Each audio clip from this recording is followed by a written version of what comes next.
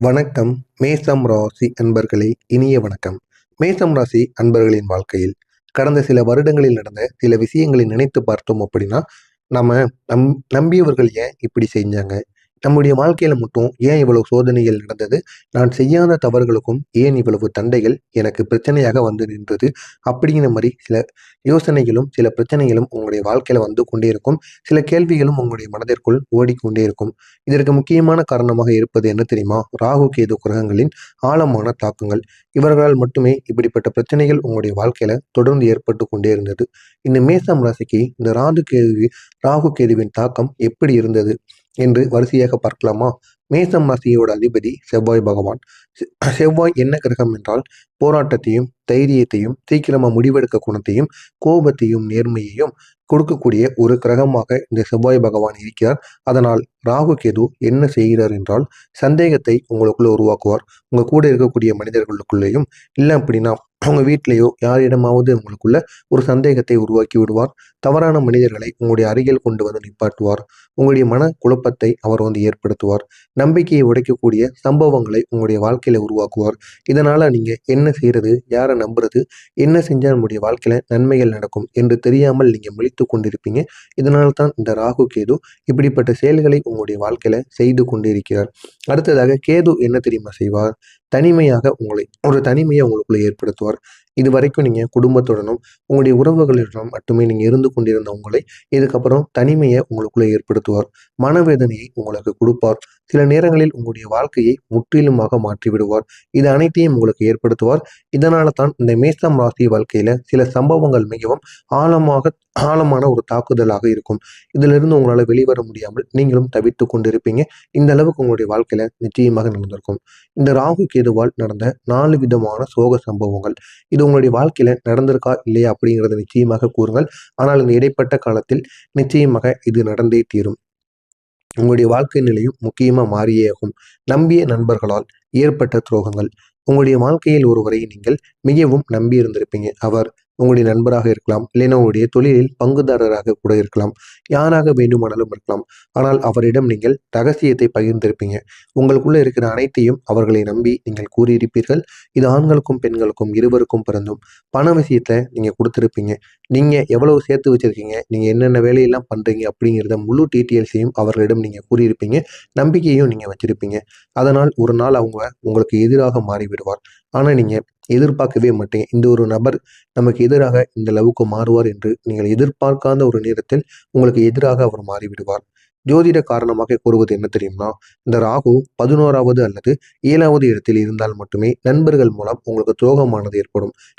இதுதான் உங்களுடைய வாழ்க்கையில நடந்து கொண்டு இருந்தது. ஆனால் இந்த 5 நாட்களில் உங்களுடைய வாழ்க்கை நிலை நிச்சயமாக மாறிவிடும். அடுத்ததாக பண விஷயத்தில் ஏற்பட்ட ஒரு பெரிய இழப்பு. நீங்கள் யாரையாவது நம்பி முதலீடு செஞ்சிருக்கலாம், இல்லைன்னா கடன் கொடுத்திருக்கலாம், இல்லை அப்படின்னா பங்குதாரரை சேர்த்திருக்கலாம். ஆனால் அந்த ஒரு பணமானது திரும்ப வராமல் உங்களுக்கு நிலையாக நின்று கொண்டே இருக்கும். உங்களுக்கும் வராது. ஆனா அவங்க அதை பயன்படுத்தி கொண்டிருப்பாங்க. ஆனால் அந்த ஒரு பணம் திரும்ப வராமல் உங்களை விட்டே போயிருக்கும். இதற்கு காரணம் என்ன தெரியுமா? இந்த ராகு 2வது அல்லது 8வது இடத்தில் அமர்ந்திருப்பார். இதனால தான் இந்த ஒரு நிலைமையானது உங்களுக்குள்ள ஏற்படும். இந்த ஒரு நிலைமை இருந்தது அப்படின்னா உங்களிடம் இருக்கக்கூடிய பணமானது இழக்கும், மோசடியானது ஏற்படும், ஏமாற்றமானது ஏற்படும். இவை அனைத்தும் உங்களுடைய வாழ்க்கையில நிச்சயமாக நடக்கும். 3வதாக குடும்பத்தில் ஏற்பட்ட மனவேதனை. ஒரு கட்டத்தில் குடும்பத்திலேயே உங்களுக்குள்ள புரியாமை இல்லாமல் போய்விட்டது. வாக்குவாதங்கள் தொடர்ந்து ஏற்பட்டு கொண்டிருந்தது. ஒருவருக்கொருவர் பிரிந்து கொண்டு பேசாமல், ஒரே வீட்டில் இருந்து பேசாமல் இருப்பது போன்ற செயல்கள் உங்களுடைய வாழ்க்கையில ஏற்பட்டு கொண்டிருந்தது. இதற்கு காரணம் கேது பகவான். கேது 4வது இடத்தில் இருந்தார். இதனால் உங்களுடைய வீட்டில் அமைதியானது குறைய ஆரம்பிக்கும். மன அழுத்தமானது அதிகமாகி கொண்டே இருக்கும். இதுவும் உங்களுடைய வாழ்க்கையில் நடந்திருக்கும். அடுத்ததாக 4வது காதல் வாழ்க்கையில ஏற்பட்ட ஒரு பெரிய ஏமாற்றம். நீங்கள் ஒருவரை மிகவும் உண்மையாக நேசிச்சிருப்பீங்க. ஆனால் அந்த ஒரு காதல் பிரிவு அல்லது துரோகத்தால் முடிந்திருக்கும். நிச்சயமாக இது நடந்திருக்கும். இதுக்கு காரணம் என்ன அப்படின்னா, இந்த ராகு பகவான் 5வது இடத்தில் அமர்ந்திருப்பார். இதனால் மட்டுமே இப்படி நடந்தது. உங்களுடன் இருந்து உங்களுக்கு எதிரியாக மாறிய 2 நபர்கள் யார் தெரியுமா? முதல் நபர் உங்களுடைய நண்பர். உங்களுடைய வெற்றி அவர்களுக்கு பொறாமையாக இருந்திருக்கும். ஆனால் உங்கள் கூடவே எல்லா விதமான விஷயங்களுக்கும் அவர் இருந்திருப்பார். ஆனால் இந்த ஒரு நேரத்தில் அவரே உங்களுக்கு எதிராக மாறியிருப்பார். அந்த பொறாமையினால் உங்களுடைய கூட இருக்கக்கூடிய நபர்களே உங்களுக்கு எதிராக மாறியிருப்பார். இந்த மேசம் ராசி மனிதர்கள் நேர்மையாக இருக்கக்கூடிய ஒரு மனிதராக இருப்பார்கள். அனைவருக்கும் உதவி செய்யணும்னு நினைப்பாங்க. இதனால் சிலர் உங்களை பயன்படுத்தி கொண்டு சென்று விடுவார்கள். இதுவும் உங்களுடைய வாழ்க்கையில் நடந்திருக்கும். இந்த ராகு இருக்கும்போது அந்த ஒரு நண்பரானது உங்களுடைய பலவீனங்களை பயன்படுத்தி உங்களுக்கு எதிராக மாறியிருப்பார்.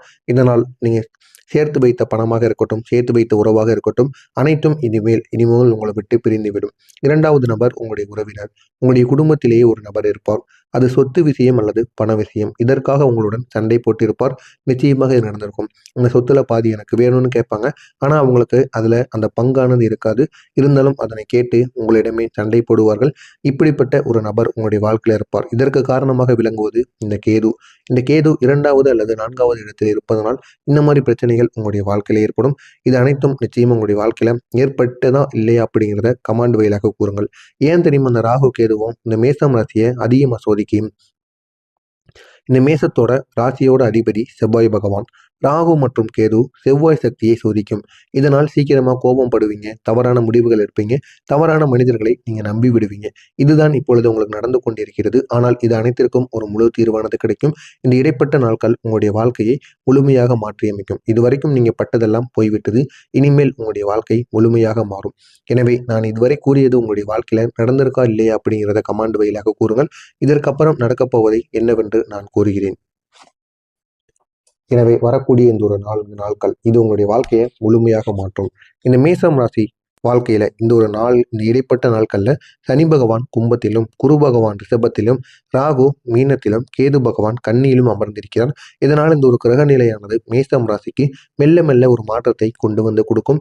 இதனால் நீங்கள் நினைத்ததை உடனே உங்களால் சாதிக்க முடியும். உங்களுடைய வாழ்க்கையில வரக்கூடிய 5 விதமான புதிய மாற்றங்களானது இந்த ஒரு இடைப்பட்ட காலத்தில் உங்களுக்கு நிச்சயமாக ஏற்படும்.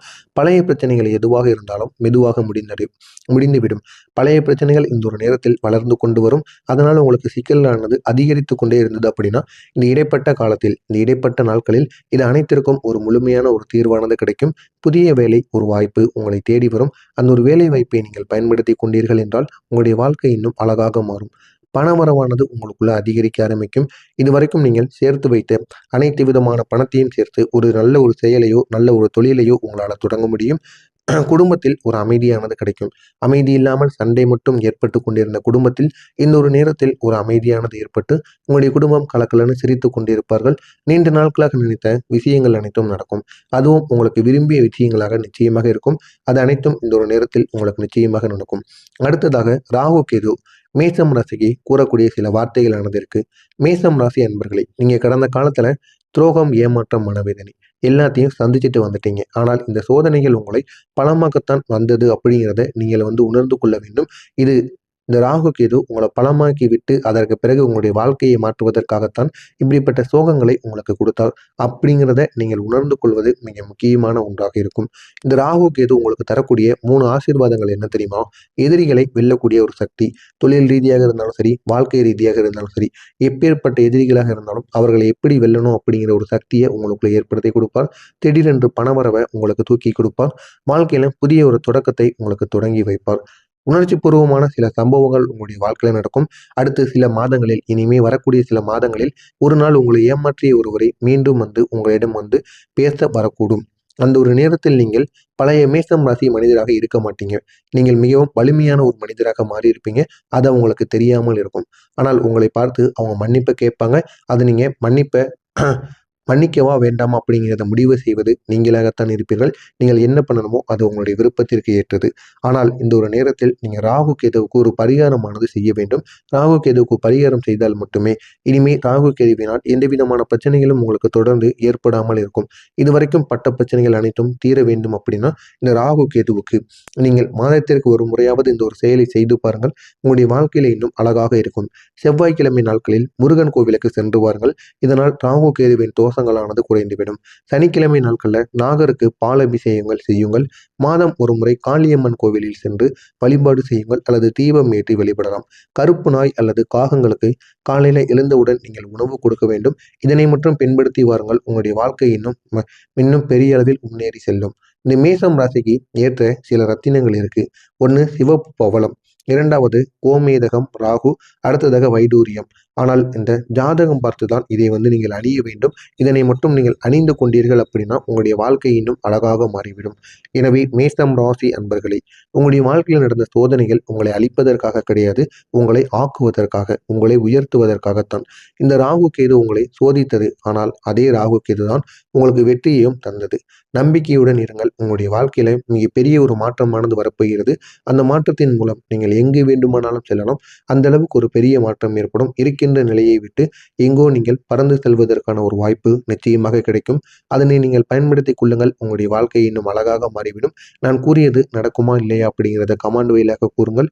மறக்காமல் நம்முடைய சேனலுக்கு நீங்கள் புதிய பார்வையாளராக இருப்பின் மறக்காமல் நம்முடைய சேனலை சப்ஸ்கிரைப் செய்து வைத்துக் கொள்ளுங்கள். நல்லதே நினையுங்கள், நல்லதே நடக்கும். நன்றி, வணக்கம்.